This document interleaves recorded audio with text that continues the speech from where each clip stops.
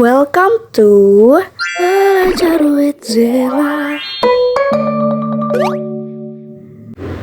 Assalamualaikum warahmatullahi wabarakatuh. Hai semuanya, kali ini kita akan belajar AAS dan ICP. Nah, jadi teknik analisis kimia seperti ICP, induktif Clopit plasma, dan AAS atau automatic absorbency spektroskopi digunakan untuk menentukan konsentrasi unsur dalam sampel. Jadi kedua teknik ini merupakan bagian dari spektroskopi atom yang dimana untuk mengukur jumlah cahaya yang dipancarkan. Alat AAS ini untuk mengukur serapan atau intensitas cahaya yang diterima atom dalam sampel menggunakan spektrofotometer atom.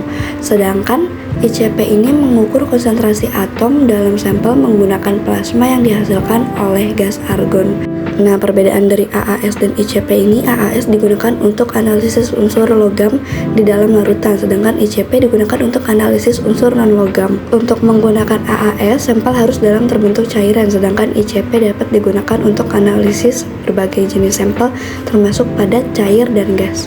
Nah, ini selanjutnya ada penggunaan alat AAS secara umum ya. Jadi yang pertama ini, siapkan sampel yang akan dianalisis, lalu siapkan alat instrumennya, siapkan bahan-bahan kimia yang dibutuhkan untuk analisis, siapkan standar logam untuk kalibrasi instrumen, siapkan larutan kontrol untuk memastikan kinerja instrumen, siapkan larutan blanko untuk mengkalibrasi instrumen, siapkan larutan sampel dengan konsentrasi yang diketahui, masukkan larutan sampel ke dalam instrumen, lalu jalankan instrumen dan tunggu hingga proses analisis selesai, dan yang terakhir analisis hasil yang akan diperoleh. Nah, namun metode penggunaan instrumen AAS ini dapat berbeda-beda tergantung pada jenis instrumen dan bahan yang akan dianalisis. Lalu untuk penggunaan alat ICP secara umum ini, yang pertama siapkan sampel yang akan dianalisis, siapkan instrumen ICP, siapkan bahan-bahan kimia yang dibutuhkan untuk analisis, siapkan standar logam untuk dikalibrasi alat instrumennya, lalu siapkan larutan kontrol untuk memastikan kinerja instrumen, siapkan larutan blanko, dan siapkan larutan sampel dengan konsentrasi yang diketahui.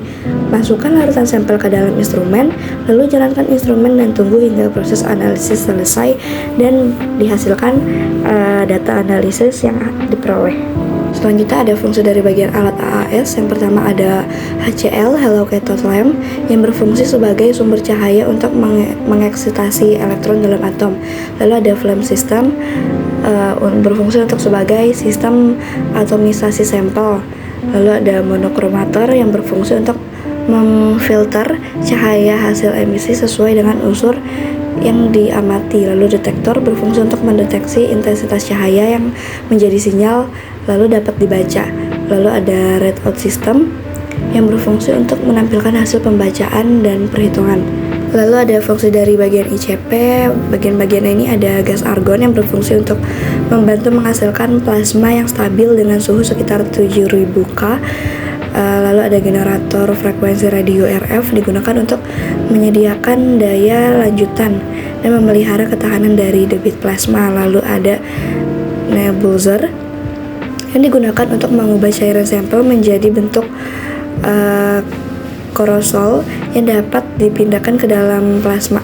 Lalu ada pump atau pompa untuk memompa cairan sampel ke dalam nebulizer. Lalu ada torch. Torch ini ada 3 komponen utama, yaitu terdiri dari yang pertama injektor yang digunakan untuk memasukkan gas pembawa dan gas pelindung ke dalam plasma. Lalu ada barrel yang berfungsi sebagai tempat plasma yang terbentuk.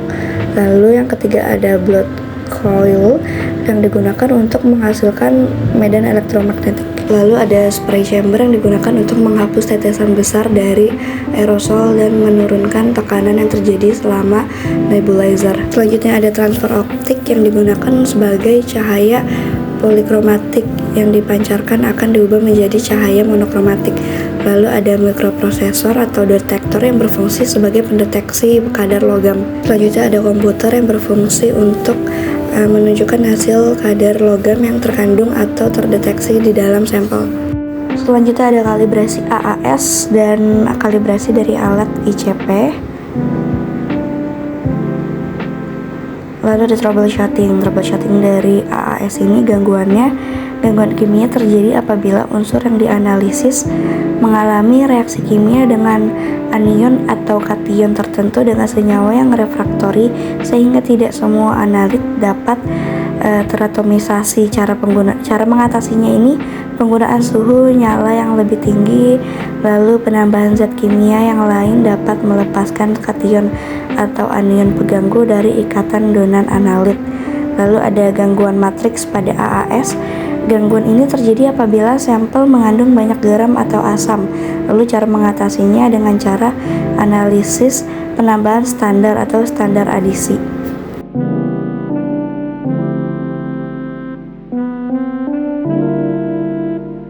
Lalu ada pembacaan data hasil analisis dari AAS.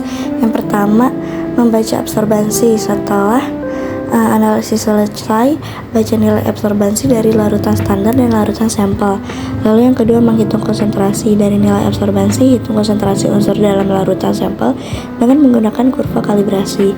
Lalu ada langkah-langkah umum untuk membaca data hasil analisis ICP. Yang pertama, membaca hasil analisis. Setelah analisis selesai, baca hasil analisis dari larutan standar dan larutan sampel. Lalu menghitung konsentrasi. Dari hasil analisis, hitung konsentrasi unsur dalam larutan sampel dengan menggunakan kurva kalibrasi.